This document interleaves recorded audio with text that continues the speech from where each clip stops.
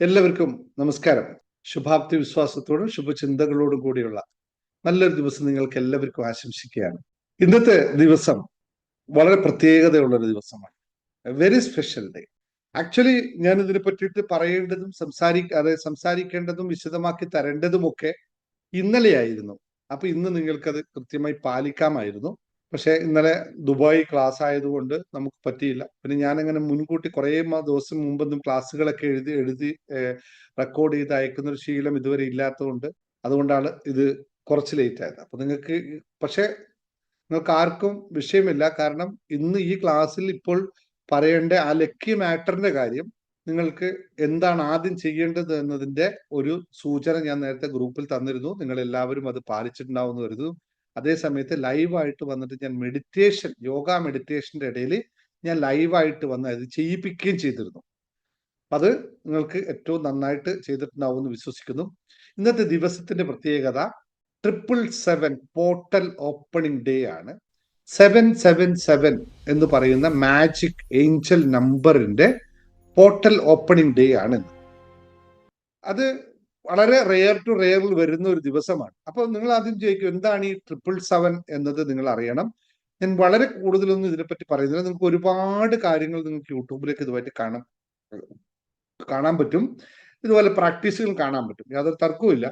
പക്ഷേ ഞാൻ ഇന്നത്തെ ഇതിനെ വളരെ പ്രത്യേകത ദിവസമായിട്ടാണ് എടുക്കുന്നത്. വളരെ വളരെ സ്പെഷ്യൽ ഡേ ആണ് എന്നെ സംബന്ധിച്ചും നിങ്ങളെ സംബന്ധിച്ചും. കാരണം നിങ്ങളെല്ലാം എൻ്റെ കൂടെ ഒരു യാത്രയിലേക്ക് തുടങ്ങിയിട്ട് കുറച്ച് ദിവസങ്ങളായി. നമ്മളുടെ ഈ യാത്ര ഏറ്റവും കൂടുതലായിട്ട് നമ്മൾ ശ്രദ്ധിച്ചു പോകുന്ന യാത്ര ആത്മീയമായിട്ടുള്ള ഒരു യാത്രയിലാണ് നമ്മൾ പോകുന്നത്. മെഡിറ്റേഷൻ ആയാലോ അഫർമേഷൻസ് ആയിക്കഴിഞ്ഞാലോ പ്രാർത്ഥനയായി കഴിഞ്ഞാലോ മറ്റ് ക്ലാസ്സുകളായ എല്ലാത്തിനും ഒരു രീതിയിലുള്ള ഒരു ആത്മീയമായ ഉണർവിലൂടെയാണ് നമ്മൾ പോകുന്നത്. ഞാൻ ആത്മീയത എന്ന് പറയുമ്പോൾ ആത്മീയമായ ഉണർവ് എന്ന വാക്ക് തന്നെ നിങ്ങൾ ശ്രദ്ധിക്കണം.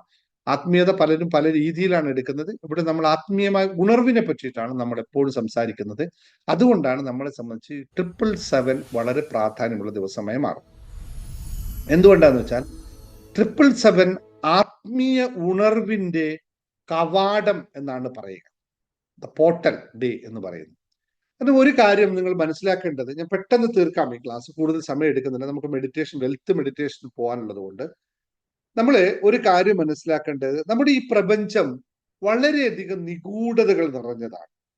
അദൃശ്യമായ ഊർജവും ദൃശ്യമായ കാര്യങ്ങളും ഒക്കെ അടങ്ങിയുള്ള ഒരു പ്രവാഹമാണ് നമ്മുടെ ഈ ജീവിതത്തിൽ സംഭവിച്ചുകൊണ്ടിരിക്കുന്നത്.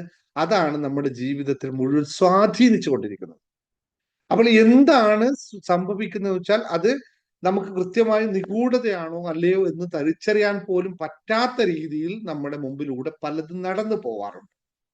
അപ്പോൾ ഈ 777 പോർട്ടൽ എന്ന് പറയുന്ന ഒരു മെറ്റാഫിസിക്കൽ സങ്കല്പമാണ്. അല്ലാതെ ഇതിനകത്ത് നിങ്ങൾ ചോദിച്ചാൽ ഏത് ഗ്രന്ഥത്തിൽ പറയുന്നു എന്ന് ചോദിച്ചാൽ അതൊന്നുമില്ല. അങ്ങനെയൊന്നും യാതൊരു തര സംഭവം ഇതിനകത്ത് പറയാനില്ല. മെറ്റാഫിസിക്കൽ രീതി. അപ്പൊ ആകർഷണ നിയമം നിങ്ങൾ എല്ലാവരും ശ്രദ്ധിച്ചിട്ടുണ്ടാവും. ആകർഷണ നിയമത്തെ അനുസരിച്ചും അതിന്റെ രീതികൾ അനുസരിച്ചാണ് ഈ 777 ഏറ്റവും കൂടുതലായിട്ട് വ്യാഖ്യാനിക്കപ്പെട്ടുള്ളത്. അപ്പൊ നമ്മൾ ഇന്ന് ആത്മീയമായി ഉണർവും ആകർഷണ സിദ്ധാന്തം, അതായത് നമ്മുടെ ആഗ്രഹങ്ങളെ യാഥാർത്ഥ്യമാക്കുന്ന രണ്ടും തമ്മിൽ കണക്ട് ചെയ്തുകൊണ്ടാണ് 777 മാനിഫെസ്റ്റേഷൻ ഡേ അല്ലെങ്കിൽ 777 ഡേ എന്ന് നമ്മൾ വെക്കുന്നത്. എന്താണ് 7 എന്നുകൂടി ഞാൻ വിശദമാക്കാം. ഇതിനു മുമ്പ് 7നെ പറ്റി ഞാൻ പഠിപ്പിച്ചാണ്, എന്നാലും നമുക്ക് പറയാം. സംഖ്യാശാസ്ത്രത്തിൽ 7 എന്ന് പറയുന്ന അക്കം ആത്മീയത, ഉൾക്കാഴ്ച, ആന്തരിക ജ്ഞാനം, ദൈവീക ഇടപെടൽ, ഇങ്ങനെയുള്ള 4 പ്രധാന കാര്യങ്ങളെ പറ്റിയിട്ടാണ് 7 എന്ന് പറയുന്നത്. എഴുതി വെക്കുന്നവർ എഴുതി വെച്ചോളൂ. പ്രധാനമായിട്ട് 4 കാര്യങ്ങളാണ് 7 എന്ന് പറയുന്ന സംഭവത്തിലുള്ളത്. ആത്മീയത, ഉൾക്കാഴ്ച, ആന്തരിക ജ്ഞാനം, ദൈവിക ഇടപെടൽ. ഇതാണ് നമ്മൾ പറയുന്ന സ്പിരിച്വാലിറ്റി എന്ന് ടോട്ടലി ആയിട്ട് പറഞ്ഞാൽ അകത്തെ നമ്മുടെ അറിവ്. അപ്പൊ ഇതുമായി ബന്ധപ്പെട്ടതാണ് 7. അപ്പോൾ ഒരു 7 അങ്ങനെയാണെങ്കിൽ 3 7 ചേരുമ്പോൾ എത്ര പവർഫുൾ ആയിരിക്കും, എത്രത്തോളം പവർ ആയിരിക്കും ആ ദിവസം എന്നതാണ് ഇതിന്റെ ഏറ്റവും വലിയ പ്രത്യേകത. അപ്പൊ 3 7കൾ ഒന്നിച്ചു വരുന്നു. അപ്പോൾ എല്ലാ ഗുണങ്ങളുടെയും പരമോന്നതമായ അവസ്ഥയിലേക്ക്, അല്ലെങ്കിൽ ആത്മീയമായ ഏറ്റവും പരമോന്നതമായ അവസ്ഥയിലേക്ക് നമ്മൾ ഈ സമയത്ത് എത്തുന്നു. അപ്പോൾ ഞാനൊരു ഒരു ഒരു സംഭവ കഥ പറയാം. നിങ്ങൾക്ക് എത്രത്തോളം കണക്ട് ചെയ്യാൻ പറ്റുമോ അറിയില്ല. 2005 ജൂലൈ 7-ാം തീയതി നമ്മുടെ പരിചയത്തിലുള്ള ഒരാൾ, പരിചയം എന്ന് വെച്ചാൽ അങ്ങനെ നേരിട്ട് അടുത്ത പരിചയത്തില്ല, മീര എന്ന് പറയുന്ന ഒരാൾ, അവര് ഭയങ്കരമായിട്ടുള്ള വിഷമതകളിലും ഭയങ്കരമായിട്ട് ഒരു കംപ്ലീറ്റ് ഓഫ് നമ്മളെ മനസ്സൊരു വിസ്മയം എന്ന പുസ്തകത്തിൽ പ്രതിപാദിക്കുന്ന പോലെ കംപ്ലീറ്റ് എംപ്റ്റിനെസ്, ഒരു ലൈഫിൽ ഒരു അവസ്ഥയുമില്ല, എന്താ ചെയ്യണമെന്ന് അറിയാത്തൊരവസ്ഥയിൽ കടന്നു പോയിക്കൊണ്ടിരിക്കുന്ന ഒരാളാണ് അവർ. ഈ ഒരു ദിവസം വന്ന സമയത്ത് ഒന്ന് പ്രാക്ടീസ് ചെയ്തു. എന്താ പ്രാക്ടീസ് ചെയ്തെന്ന് വെച്ചാൽ, ആ സമയത്ത് മെഡിറ്റേഷൻ കയറിയിരുന്നു. മെഡിറ്റേഷൻ കയറി ഇരുന്നിട്ട് കണ്ണടച്ച്, അതായത് ആദ്യം അവർക്ക് വേണ്ട സംഭവത്തെ അവർ എഴുതി. എൻ്റെ ജീവിതത്തിൽ ഒരു പൂർണ്ണമായ ഒരു സാറ്റിസ്ഫാക്ഷൻ, എനിക്ക് ഇന്ന് ജോലി വേണം, ഇത്ര എൻഗേജ് ചെയ്യണം, എനിക്ക് ഇത്ര രൂപ ശമ്പളം വേണം എന്നുള്ള ഒരു കാര്യം എഴുതി വെച്ചിട്ട് അവർ ഈ സമയത്ത് വൈകിട്ട് 7 മണി സമയത്ത് അവർ ഒരു മെഡിറ്റേഷൻ ഇരുന്നു. മെഡിറ്റേഷൻ ഇരുന്ന സമയത്ത് 10-15 ഒരു അരമണിക്കൂർ മെഡിറ്റേഷൻ എന്ന് കരുതി ഇരുന്ന സമയത്ത് അവർക്കൊരു തെളിവുണ്ടായി. അതായത് നല്ല വെളിച്ചം, കളർഫുൾ ആയിട്ടുള്ള ഒരു വെളിച്ചം അവരുടെ അകത്തോട്ട് ഇങ്ങനെ കയറി വരുന്നതായിട്ട് അവർക്ക് ഫീൽ ചെയ്തു. മെഡിറ്റേഷൻ, നമ്മൾ മെഡിറ്റേഷൻ സംഭവിക്കുന്ന പോലെ ഇങ്ങനെ ഫീൽ ചെയ്ത് ബോഡി കംപ്ലീറ്റ് ആയിട്ട് അവർക്ക് ഒരു വൈബ്രേഷൻ സംഭവിച്ചു. കംപ്ലീറ്റ് നടന്നതായിട്ട് അത് തിരിച്ചു കഴിഞ്ഞ് വരുമ്പോൾ അവർ ഭയങ്കര ഹാപ്പി ആയിരുന്നു. ഇത് അവരുടെ ജീവിതത്തിൽ സംഭവിച്ച ഒരു കാര്യമാണ്. അന്ന് അവർക്ക് ഒരു ജോലിയും വളരെ കുറവായിരുന്നു. ജോലി ഇല്ലാന്ന് തന്നെ പറയാം, ജോലി ഇല്ലായിരുന്നു, ഒക്കെ സംഭവിച്ചു. ഇവരിത് അനുഭവിച്ചു, അവരവിടെ അത് വിടുകയും ചെയ്തു. അതിനെ പറ്റിയിട്ട് ബാക്കി ഒന്നും അറിയില്ല. പക്ഷേ പിന്നെ ഒരു മാസം കഴിഞ്ഞപ്പോൾ അവർക്ക് നല്ലൊരു ജോലി കിട്ടി. ജോലി കിട്ടിയത് മാത്രമല്ല, അവർ 4 വർഷത്തിനകത്ത് അവരുടെ കമ്പനിയിലെ GM ആയി മാറി. ഈ കഥ എന്നോട് അവർ പറയുന്നത് ആ കമ്പനിയിലെ GM ആയിട്ട് കാനഡയിലേക്ക് ഷിഫ്റ്റ് ചെയ്തതിന് ശേഷം, ഇപ്പൊ കാനഡയിലാണ് ആളുള്ളത്. ആ കമ്പനിയുടെ തന്നെ ഒരു കാനഡിയൻ കമ്പനിയാണ്. ആ കമ്പനിയുടെ GM ആയിട്ടുള്ള റിയലിസ്റ്റിക് ആയിട്ടുള്ള കഥയാണ്. അപ്പൊ എന്നോട് പറഞ്ഞു, ഇങ്ങനെ ഒരു സംഭവം ഉണ്ടായിരുന്നു എന്റെ ജീവിതത്തിൽ. ഇത് അക്ഷരാർത്ഥത്തിൽ തന്നെ ഞാൻ വിചാരിച്ചു ഇത്രയൊക്കെ മാറ്റം ഉണ്ടാക്കാൻ പറ്റൂ എന്ന് പറഞ്ഞു. അതായത് നമ്മൾ സംഭവിച്ചത്, ആ ദിവസത്തിൽ ആ വന്ന എനർജി അവരുടെ ആന്തരികമായിട്ടുള്ള മാറ്റം ഉണ്ടാവുകയും അവരിലുള്ള വിസ്റ്റം ഓപ്പണായി വരികയും ചെയ്തത് മാത്രമാണ് സംഭവിച്ചത്. ഇത് വളരെ പ്രധാനം. എന്ന് വെച്ചാൽ നിങ്ങൾക്ക് വേണം ചോദിക്കാം, അത് ആ ദിവസം മാത്രമേ സംഭവിക്കൂ സാറേ എന്ന് വെച്ചാൽ ഇല്ല, ചിലപ്പോൾ ഏത് ദിവസവും സംഭവിക്കും. പക്ഷെ നമ്മൾ എപ്പോഴും മെറ്റാഫിസിക്സ് ആണ്, നമുക്ക് വേണമെങ്കിൽ വിശ്വസിക്കാം, വേണ്ടെങ്കിൽ നിങ്ങൾക്ക് ഇത് വിശ്വസിക്കണ്ട. മറ്റൊരാൾക്ക് പറയാം ഇത് അവരെ പ്രയത്നം കൊണ്ടല്ലേ ലഭിച്ചത്, അവരങ്ങനെ ചെയ്തുകൊണ്ട് ആണ്. എല്ലാമാണ്, തെറ്റില്ല, ഒന്നുമല്ല. വേണോ ഇങ്ങനെ ചെയ്ത് വിശ്വസിച്ചാൽ നമുക്ക് ഇങ്ങനെയും സംഭവിക്കാം. അപ്പൊ ഇതാണ് ഇതിന്റെ പ്രത്യേകത. അപ്പൊ നമ്മൾ ആകെ ഇവിടെ ചെയ്യേണ്ട കാര്യം എന്ന് വെച്ചാൽ, ഞാനിത് ഇന്ന് വളരെ കൺക്ലൂഡ് ചെയ്യാൻ പെട്ടെന്ന്. നിങ്ങൾ ഇതിൽ ചെയ്യേണ്ട കാര്യം എന്ന് വെച്ചാൽ, നേരത്തെ ഞാൻ പറഞ്ഞു, നിങ്ങൾ ചെയ്യാനായിട്ട് പറഞ്ഞു. നിങ്ങൾ ചെയ്യേണ്ട ഇത്രയാണ്.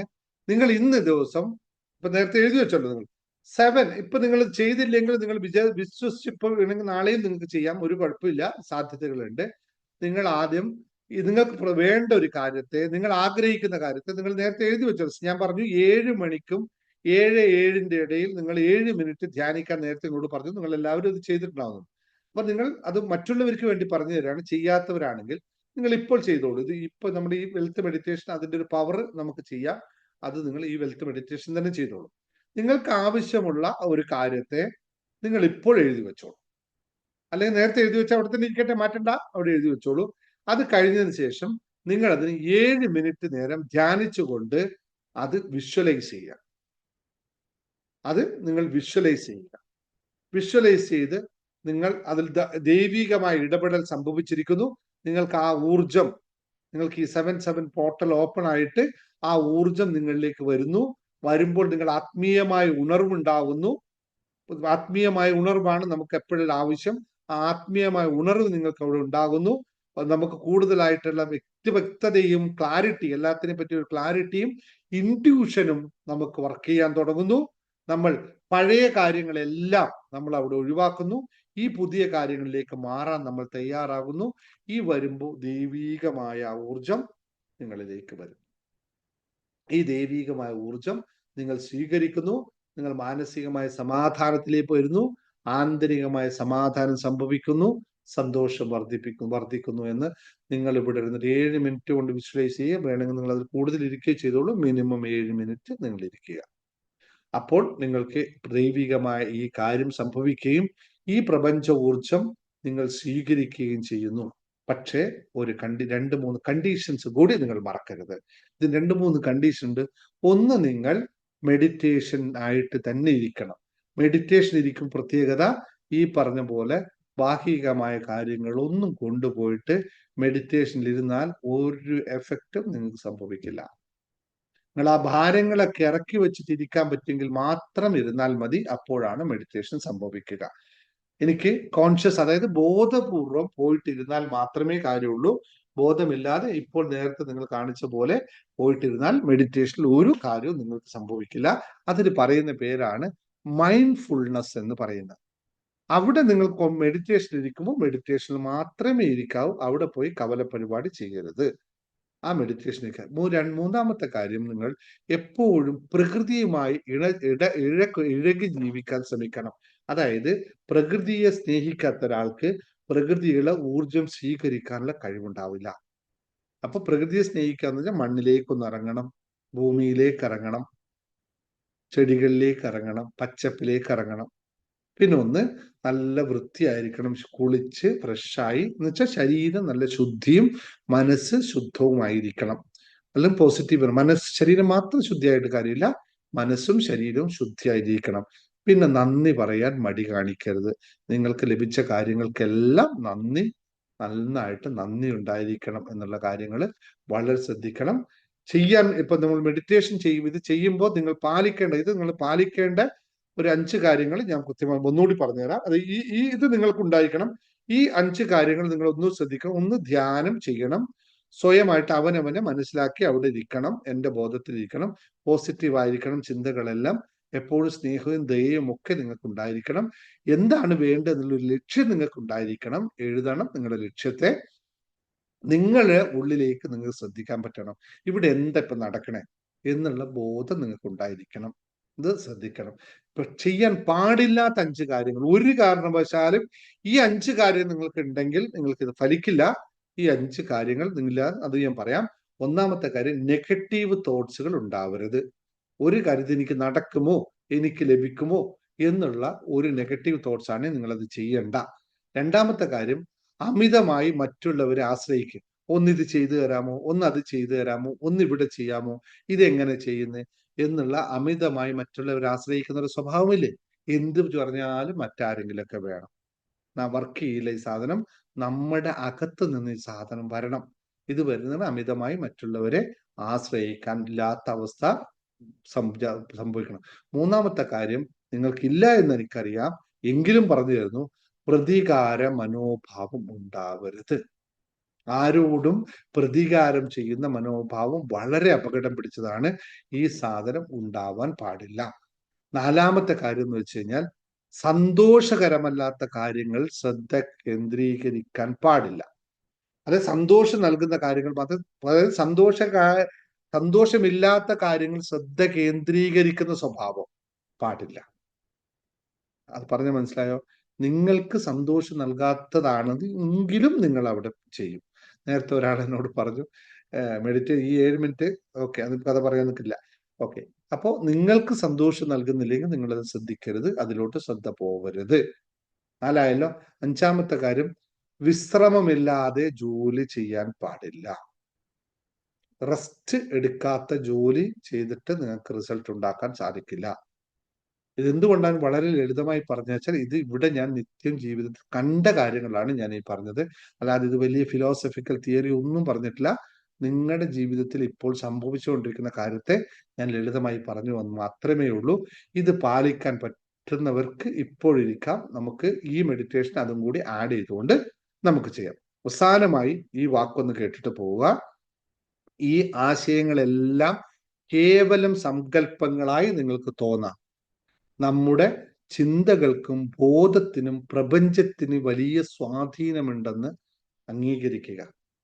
ഞാനിപ്പോൾ എന്തെങ്കിലുമൊക്കെ ആണെങ്കിൽ അതിന് പ്രപഞ്ചത്തിനും ഒരു സ്വാധീനമുണ്ട്. അതുകൊണ്ട് ഞാൻ ഇവിടെ ചെയ്യുന്നതെല്ലാം പ്രപഞ്ചത്തിൽ തിരിച്ചു വരും എന്ന് ഒരു ബോധം നമുക്കുണ്ടാവണം. അപ്പോൾ ഈ മെറ്റാഫിസിക്കൽ ആയിട്ടുള്ള ഇത്തരം സിദ്ധാന്തങ്ങളൊക്കെ ഓൾറെഡി നിങ്ങൾ വിശ്വസിച്ചാലും വിശ്വസിച്ചില്ലെങ്കിൽ ഇവിടെ ഉണ്ട്. വിശ്വസിച്ചാൽ നമുക്ക് ഗുണം, വിശ്വസിച്ചില്ലെങ്കിൽ നമുക്ക് അതും ഗുണം. അത് നിങ്ങളുടേതായ ചിന്തകളിൽ വിട്ടുവരുന്നു. അപ്പൊ ആത്മീയമായ വളർച്ചയ്ക്കും ആഗ്രഹ സാഫല്യത്തിനും വേണ്ടിയുള്ള ഒരു അവസരമാണ് ഉപയോഗിക്കുക. അപ്പൊ ഈ ധ്യാനം, പോസിറ്റീവ് ചിന്തകൾ എല്ലാം, അല്ലെ ആകർഷണ നിയമം പോലുള്ള പ്രപഞ്ച ഊർജത്തെ പ്രയോജനപ്പെടുത്താൻ നിങ്ങൾ ശ്രമിക്കുക. കാരണം നമ്മുടെ ഉള്ളിലെ പ്രപഞ്ചത്തിലാണ് മാന്ത്രികത കുടികൊള്ളുന്നത് എന്ന് മനസ്സിലാക്കുക. അവിടെയാണ് നമ്മുടെ ഉള്ളിലുള്ള പ്രപഞ്ചത്തിലാണ് മാന്ത്രികത കുടികൊള്ളുന്നത്. അപ്പോൾ മാന്ത്രികത വേണമെങ്കിൽ ഈ അകത്തെ പ്രപഞ്ചത്തെ അറിഞ്ഞാൽ മാത്രം മതി എന്ന് മാത്രം ഓർമ്മിപ്പിക്കുന്നു. Thank you very much. ഇനി പ്രാക്ടീസ് ചെയ്യുക. നമുക്ക് പ്രാക്ടീസിലേക്ക് കടക്കാം. എല്ലാവരും എഴുതിയിട്ടുള്ളവരിൽ, എഴുതിയവരിൽ, നേരത്തെ എഴുതിയവർ എഴുതി വെക്കുക, പുതിയ എഴുതുന്നവർ എഴുതി വെക്കുക. ഈ വീഡിയോ നമുക്ക് യൂട്യൂബിലും കൂടി നാളെ കൊടുക്കാം. ആൾക്കാർ ആവശ്യമുള്ളവർക്ക് വീണ്ടും വീണ്ടും പ്രാക്ടീസ് ചെയ്തോളൂ. ഇത് 7 ദിവസം കണ്ടിന്യൂ. നേരത്തെ പറഞ്ഞു നിങ്ങൾ എഴുതിയത് 7 മിനിറ്റ് നിങ്ങൾ ധ്യാനിച്ചു. ഇത് കണ്ടിന്യൂസ് 7 ദിവസം നിങ്ങൾ ചെയ്യണം. 7 ഡേയ്സ് കണ്ടിന്യൂസ് ആയിട്ട് ഈ പ്രോസസ് നിങ്ങൾ ചെയ്യണം കേട്ടോ. ഓക്കെ, ഞാൻ ഇതിന് കഴിഞ്ഞ ദിവസം നാളത്തെ വീഡിയോയിൽ ഞാനത് ഒരു മെഡിറ്റേഷൻ കൂടി ആക്കി തരാം. Okay, thank you.